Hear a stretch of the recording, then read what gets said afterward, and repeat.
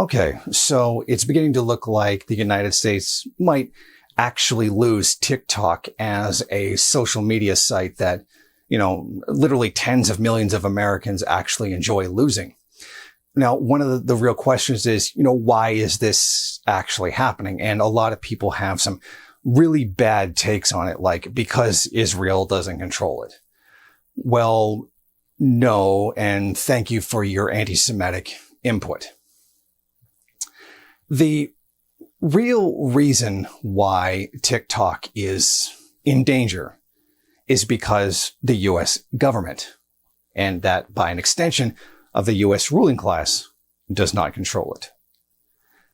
It's really not a matter of competition because TikTok really doesn't have that much of the market share that it's really any threat to Facebook or Twitter or anything else for that matter. Yeah, it is a powerhouse along with them, but it's not like it's a threat. It's still a very different thing than Facebook, Twitter, or YouTube.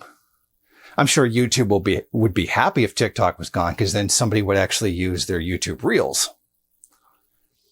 But generally speaking, it's still a very, very different service. And then if they were gone, somebody would swoop in to scoop up that thing, just as TikTok came in to swoop up, to take up the space left by Vine.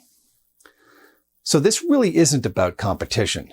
This is really about the fact that the U.S. government cannot control the content that's on TikTok because it's not a U.S. corporation. Basically, the U.S. government can't force TikTok to censor anything that they don't like. They can't put through any kind of censorship, make them demand that they remove any sort of such content, etc. And that's the real basis of this. All the things that normally the U.S. government could demand any social media platform change or control or censor, etc., the whole TikTok is outside their jurisdiction. And TikTok does wield, it certainly does have some interest in challenging the U.S. narrative to some degree. It is at least on the surface, appears to be a Singapore company, and I see no real evidence to indicate anything otherwise. I don't think that this is any conspiracy by the Chinese Communist Party to control it, no matter what Tom Cotton tried, no matter what kind of basically racist drivel comes out of Tom Cotton's mouth, what any kind of conspiracy nonsense he tries to put out there that anybody with yellow skin must therefore be a member of the CCP. TikTok has a incentive to allow the content that is being censored on other platforms because there's an audience for that content. And if other platforms are going to allow it, they're going to allow it on theirs and they're going to make the money. So it's not like there's really any kind of conspiracy or anything like that. They're just not aligned to U.S. interests, and they have an interest in showing that content because it'll make them money. This is not a conspiracy by Israel to control the narrative.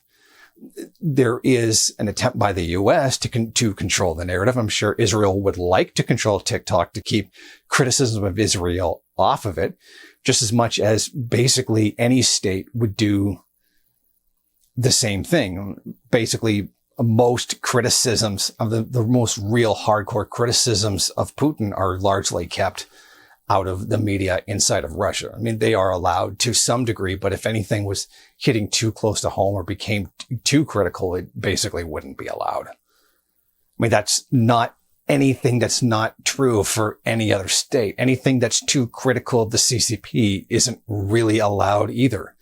Anything that is too critical of the Canadian government isn't allowed. Just look at how much the Canadian government is allowed to get away with in terms of Ukraine, and the mainstream media isn't allowed to say anything, or won't, more specifically, won't say anything. And if somebody does say something, then they're going to find themselves mysteriously unemployed. And that goes right across party lines. It doesn't matter NDP, conservative, or liberal. It's going to all be the same in that regard.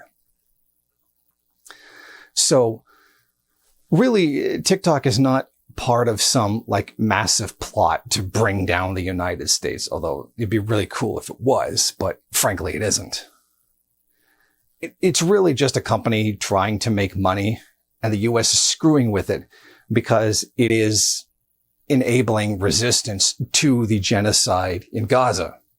And it is a major problem in that regard because they can't censor it or control it in that way.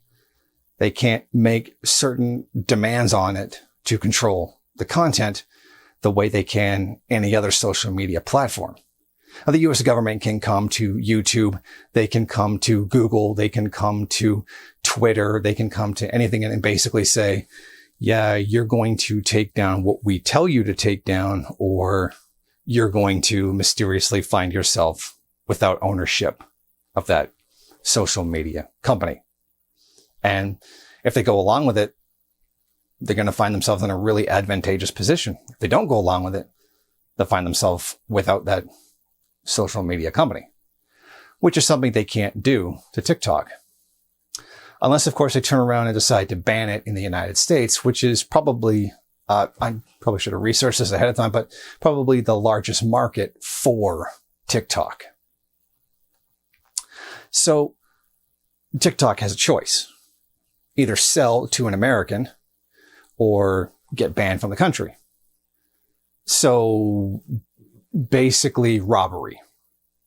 This is basically the economic equivalent of putting a gun to someone's head and saying, hand over your stuff.